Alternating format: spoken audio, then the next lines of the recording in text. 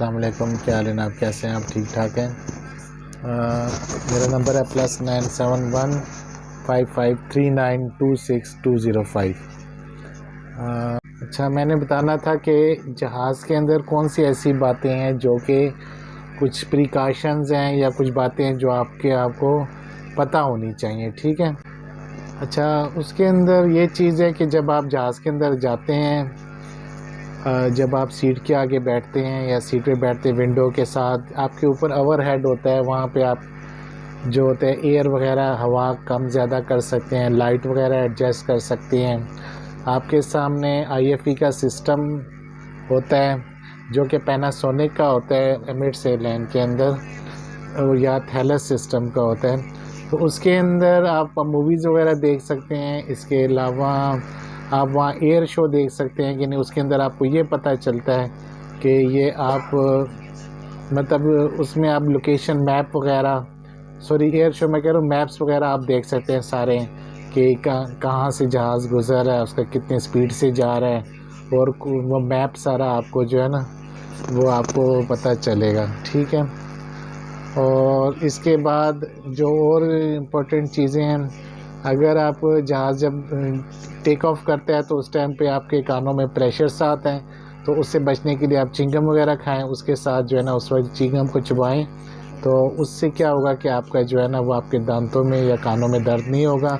क्योंकि उस टाइम क्या होता है कि अंदर का जो जहाज़ का प्रेशर होता है वो ज़्यादा होता है, और जैसे जैसे जहाज़ हाइट पे जाता है तो उसका जो होता है वो प्रेशर जो होता है वो कम होना शुरू हो जाता है। और ऊपर जैसे जैसे एयरक्राफ्ट हाइट के ऊपर जाता है तो वहाँ पे जो है ना टेम्परेचर भी जो है कम हो जाता है और ऑक्सीजन की भी कमी होती है। इसीलिए अगर हाइट के ऊपर कभी भी जहाज़ में जैसे अगर एयर प्रेशर मेंटेन नहीं होगा, एयरक्राफ्ट पूरा प्रेशराइज्ड होता है, तो वहाँ अगर प्रेशर मेंटेन नहीं होगा तो बाहर का प्रेशर अंदर आ जाएगा, तो क्या होगा, ऑक्सीजन की कमी हो जाएगी।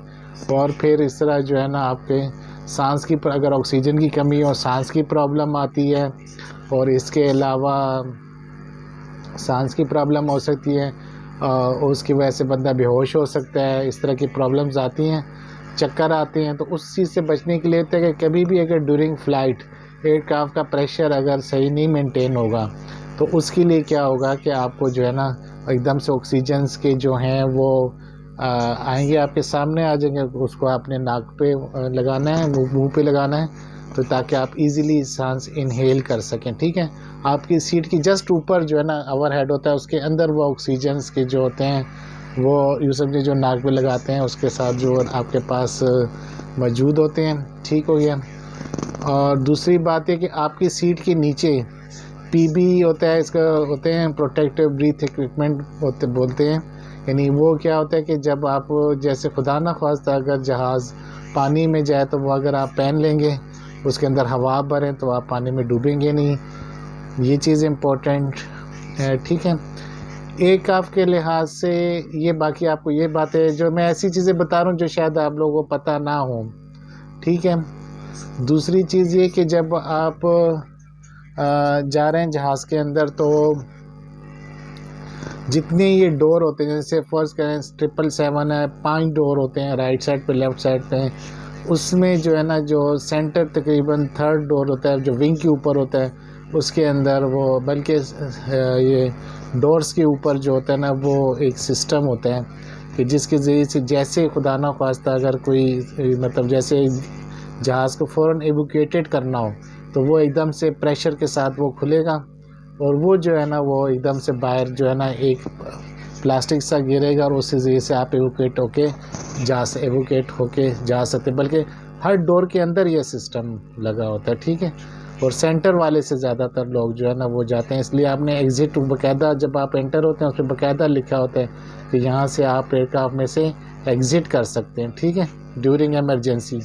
दूसरा ये कि ड्यूरिंग एमरजेंसी एयरक्राफ्ट के अंदर एक लाइटिंग सिस्टम भी होती है, यानी जहाँ ग्राउंड होते हैं ना उसके ऊपर बाकायदा लाइटिंग होती है।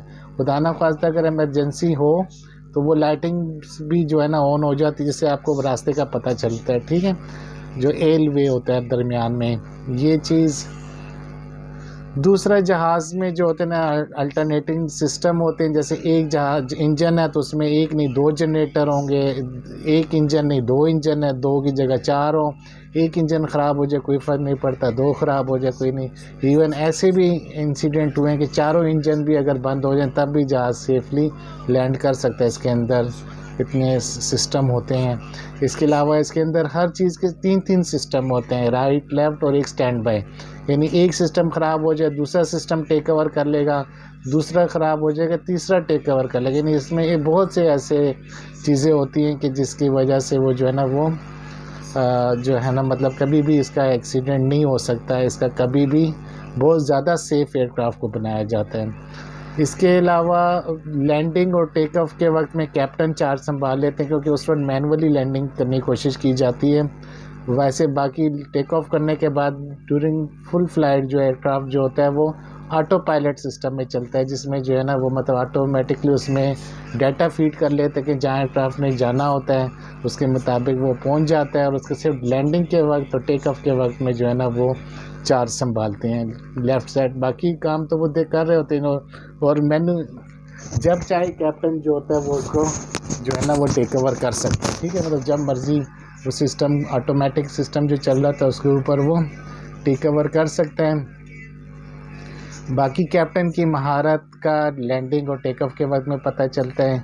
बाकी ड्यूरिंग फ़्लाइट में अगर एयर गैप आ जाए, जहाज़ थोड़ा ऊपर नीचे हो, तो उसके लिए परेशान नहीं होना चाहिए, वो नॉर्मल होते हैं। उसके बाद एयरक्राफ्ट फिर अपना जो है मेंटेन हो जाता है। ठीक है, एयरक्राफ्ट की जो सबसे जो ख़तरनाक चीज़ होती है वो ये स्टॉलिंग वगैरह होती है।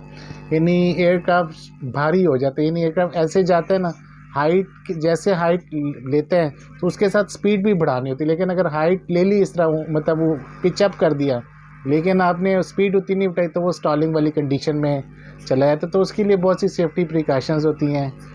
मौसम सही ना हो, ख़राब हो, उसके लिए वेदर रेडार होता है जो उसको पहले से पता चलता है कि तूफ़ान तोदे आ रहे हो या ऐसा बर्फ़ आ रही हो या इस तरह की बर्फ़बारी हो, उसके लिए वेदर रेडार सिस्टम होता है इसके अंदर।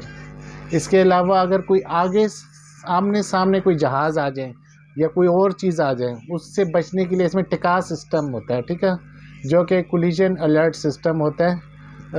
ये जो है ना मतलब जब भी कोई पुलिस दो जहाज़ टकराने लगे उससे बचने के लिए वो सिस्टम पहले से बता देता है कि भाई ये सामने जो है ना ये कोई दूसरा जहाज़ आ रहा है या कोई और चीज़ आ रही है।